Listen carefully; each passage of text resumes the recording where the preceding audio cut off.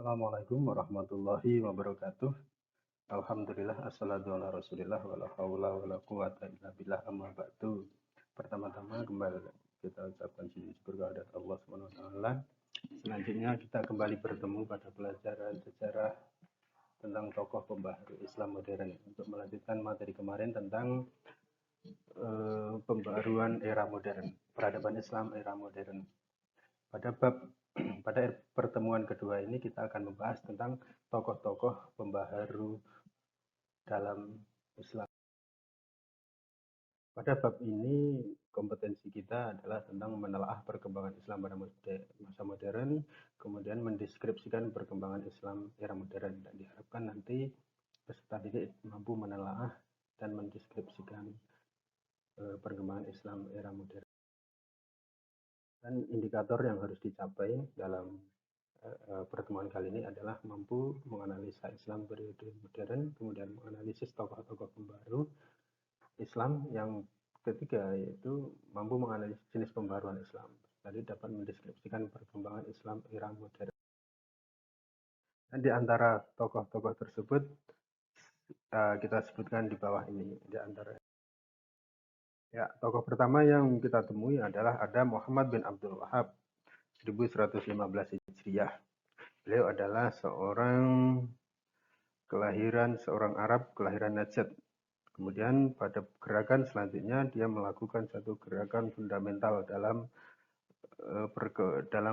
pengamalan umat Islam, yaitu dalam upayanya untuk melakukan pemberantasan terhadap syirik, khurafat, tahyul, dan bid'ah yang menurutnya terjadi di kalangan umat Islam, dan para pengikutnya menamakan kelompoknya dengan Al-Muwahhidun atau Al-Muslimun.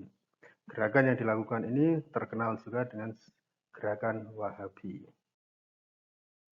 Yang kedua ada Rif'ah Badawi Rafi At-Tahtawi atau At-Tahtawi. Pemikiran beliau menyerukan agar umat Islam dalam hidup dunia tidak hanya mementingkan urusan akhirat, tetapi juga harus mementingkan urusan dunia, agar umat Islam tidak dijajah oleh bangsa lain. Artinya tidak semata umat Islam itu harus hanya memikirkan tentang dunia atau hidup sesudah mati, tetapi adalah bagaimana hidup ini mampu memajukan kehidupan umat manusia. Yang ketiga ada Jamaluddin Al-Afghani. Dari namanya kita tahu dia berasal dari Afghanistan. Dia lahir pada tahun 1038 dan meninggal pada 1897. Dan di antara ide pemikirannya adalah yang paling terkenal mendirikan pan-Islamisme atau gerakan pan-Islamisme. Walaupun mengajukan satu ide untuk pemahaman Islam yang sama di atas dunia, tetapi dia tidak menafikan akan eksistensi sebuah negara dan bangsa. Umat Islam harus kembali pada ajaran Islam yang murni dan harus membawa Islam dengan rasio dan kebebasan. Begitu menurut Imam Jamaluddin Al-Afghani. Juga tentang kepemimpinan autokrasi hendaknya diubah menjadi demokrasi. Menurut pendapatnya, Islam menghendaki pemerintahan yang republik, yang di dalamnya terdapat kebebasan mengemukakan pendapat dan kewajiban negara untuk tunduk kepada undang-undang. Yang paling terkenal adalah tadi sudah saya sebutkan di awal, yaitu pan-Islamisme, yaitu persatuan dan kerjasama seluruh umat Islam.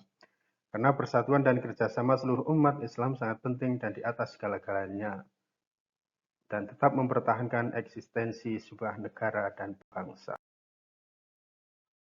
Berikutnya ada Muhammad Abduh dari Mesir. Beliau lahir tahun 1849 dan 1905 Masehi. Pemikirannya banyak terinspirasi dari Ibnu Taimiyah.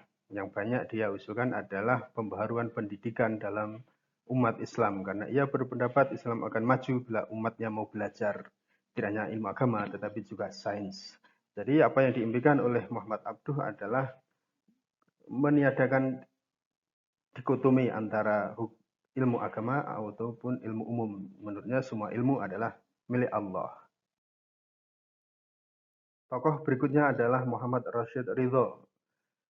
Rashid Ridho berpendapat umat Islam itu lemah dikarenakan tidak lagi mengamalkan ajaran agama yang murni seperti yang diterapkan pada masa Rasulullah SAW. Sebab ajarannya pada saat itu sudah tercampur bid'ah dan khurafah. Rasyid Ridho menegaskan jika umat Islam ingin maju, mereka harus kembali berpegang teguh pada Al-Quran dan Sunnah.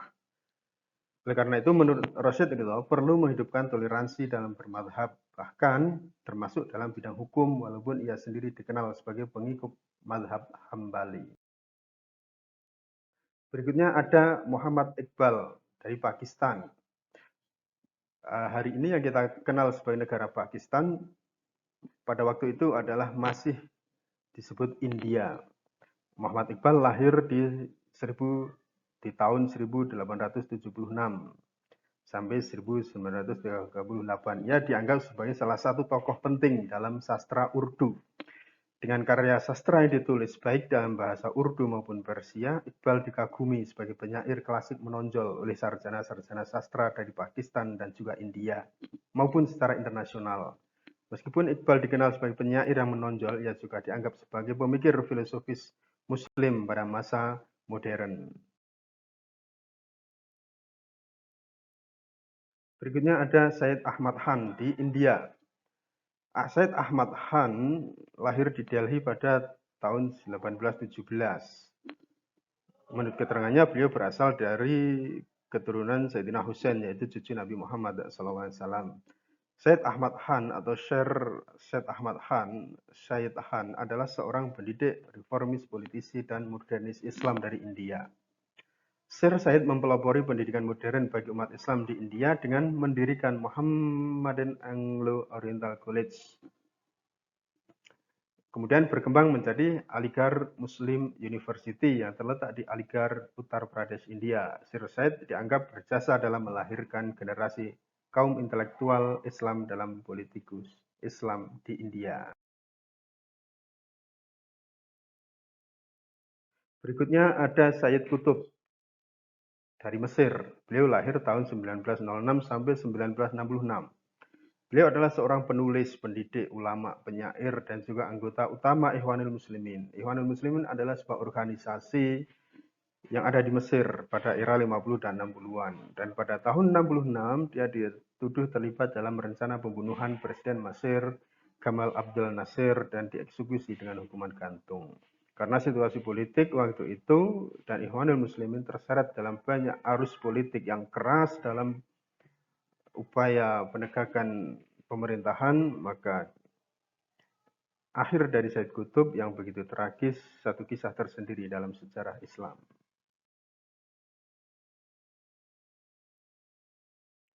Berikutnya ada Toha Hussein tahun 1889 dari Mesir juga. Salah satu penulis dan intelektual Mesir ini paling berpengaruh dan seorang kepala figur untuk Renaissance Mesir dalam gerakan modernis di Timur Tengah dan Afrika Utara. Julukannya adalah Bapak Sastra Arab. Hussein bertemu dan menikah dengan Susanna Berchau ketika masuk Universitas Montpellier di Prancis. Ia menjulukinya sebagai suara manis. Hussein menjadi istrinya, teman terbaiknya, dan ibu dari dua anaknya, dan mentornya sepanjang hidup. Demikian tentang tokoh-tokoh perkembangan Islam dunia modern RPP kedua ini, dan pertemuan kedua ini mudah-mudahan memberi manfaat dan bisa kita pelajari dengan baik dan penuh keikhlasan. Terima kasih atas perhatiannya. Saya ucapkan wabillahi taufiq wal inayah. Wassalamualaikum warahmatullahi wabarakatuh.